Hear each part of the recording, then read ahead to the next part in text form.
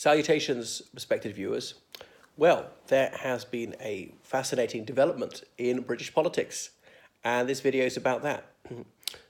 Just a couple of days ago, 7 Labour MPs broke away from their party. They were later joined by an 8th, and they formed an independent group in the House of Commons, sitting separately. And then yesterday, 3 Conservatives resigned from their party, led by Anna Soubry, and they're sitting with these 8 distinctive Labour MPs. So that's 11, well, former Labour MPs, 11 members of this new independent group in Parliament. Scintillatingly, 8 out of the 11 are women. So women make up something like 40% of Parliament. So it's notable that this group is mostly female. So who are these members of Parliament? They're mostly youngish. I think a couple of the over age of 60. Some in their 30s. Is one of them even in her 20s? But they're all noted for being vociferous Europhiles. They all campaigned for Remain, and none of them have accepted Brexit. I think they'd all like to avert Brexit now at the last minute, as early about a month ago now. So they're all seen as moderates within their parties, Tory wets, or on the Labour side, former Labour side, I should say, Blairites. Now, this has been touted for 2 years. Remember, there was the referendum in June 2016. In early 2017, people were saying those who are moderate Labour Europhiles or moderate Conservatives and Europhiles have got nowhere to go. They're left out in the cold. Should a new centrist party be formed? And Sir Vince Cable, leader of the Liberal Democrats, he was in discussions about this last year. Well, it seems to have happened. Now, there are no Liberal Democrats in the group. Remember, there are only, 12 Liberal Democrats in Parliament. So the whole thing is redolent of the Social Democratic Party back in the 1980s. In the early 80s, Labour seemed to be hijacked by its far-left faction, Militant it was called, and other Marxist ginger groups. And so 4 Labour MPs, the Gang of 4, Bill Rogers, Shirley Williams, Roy Jenkins and David Owen, they made the Limehouse Declaration in 1981 at Limehouse in London, where Clement Attlee had been MP, Clement Attlee, Labour Prime Minister after the Second World War. Anyway, they said how they were deeply dissatisfied and troubled by the direction that Labour was taking. And anyway, they set up their own party, the Social Democratic Party, and they got over 20 Labour MPs to defect. And they were joined by 1 Conservative. Then they formed an alliance with the Liberal Party, so it was the SDP Liberal Alliance. What a mouthful. Social Democratic Party Liberal Alliance, which is commonly called the Alliance, which stood in the 1983 election, which stood in the 1987 election, and appeared to be on the brink of a breakthrough in 1983. The polls showed that it had massive support. I think like 50% of people at one stage said they were going to vote SDP. People really thought they could form the government.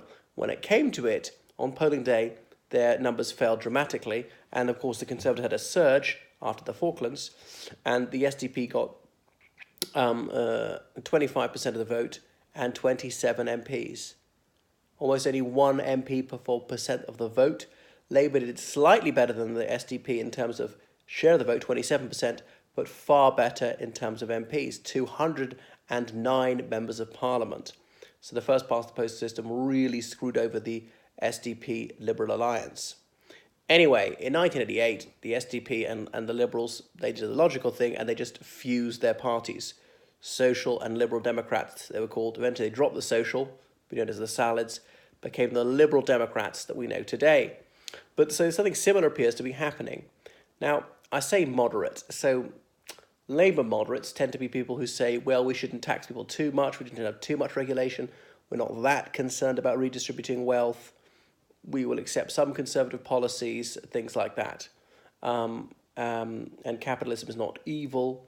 Whereas moderate Conservatives would tend to say, well, we do need to tax a little bit more, we need to care a bit more about social services, we shouldn't cut the welfare state over much, things like that. We should be more cautious about foreign policy, they're more dovish.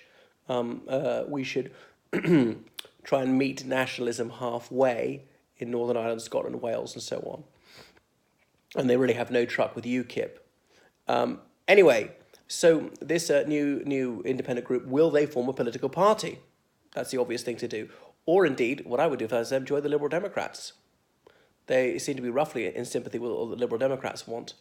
Now, this party, if it stays an independent party, what name will they pick? Democratic Party, something like that. They'll be going nowhere fast. They don't represent an interest. This is why the Liberal Party from, say, the 1950s to the 1980s did so abysmally.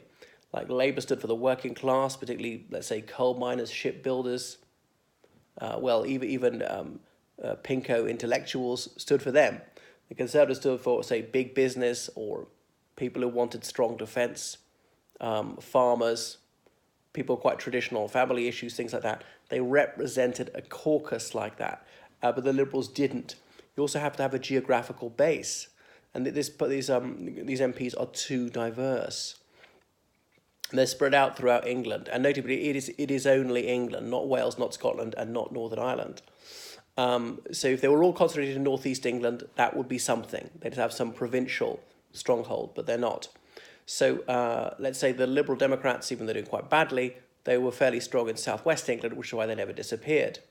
So these people in this new party, they're too considered, they're too effete, and being refined and taking a detached view of things is a virtue. However, it doesn't play well in politics. People need simplicity, they need sloganizing, they need something that they can easily apprehend. They're not going to get any funding. Trades unions funding the Labour Party, corporations funding Labour and the Conservatives, and the Liberal Democrats are scrounging around for the last few donations. And so this party, who's going to fund them? Plus, they haven't got a snowball in hell's chance of doing well. So they're very much the metropolitan liberal elite, small L liberal. And I don't say that disdainfully. I'm a metropolitan person by choice. Some people would say I'm an elitist. Well, maybe educationally I am, not financially. And I might be a small L liberal or a liberal, a classical liberal. So I'm not a contemner of such people. I'm just saying that such people often don't connect with the masses who need something more raw, more visceral to really motivate them to vote. So Luciana Berger, is she the baby of the house? I think so. So she's former Labour MP and she's lubricious as well, which can't hurt. She represents a Liverpool constituency. She is a Jewess and she's received a great deal of hate mail, which is, of course, very distasteful.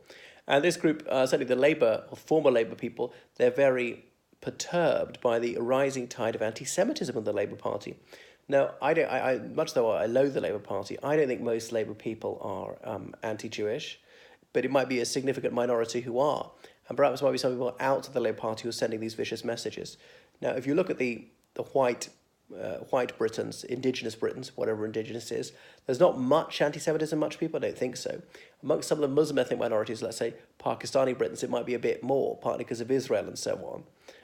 So there we are. Not suggesting that most British Pakistanis are anti-Jewish, but, if you are an Islamist, if you like what the Saudi Arabian government has to say or Hamas has to say, you would be exposed to some of the classic anti-Jewish tropes, Judeophobic rants, this hoax, the protocols of the elders of Zion and whatever, believe some of the most vile anti-Jewish bile.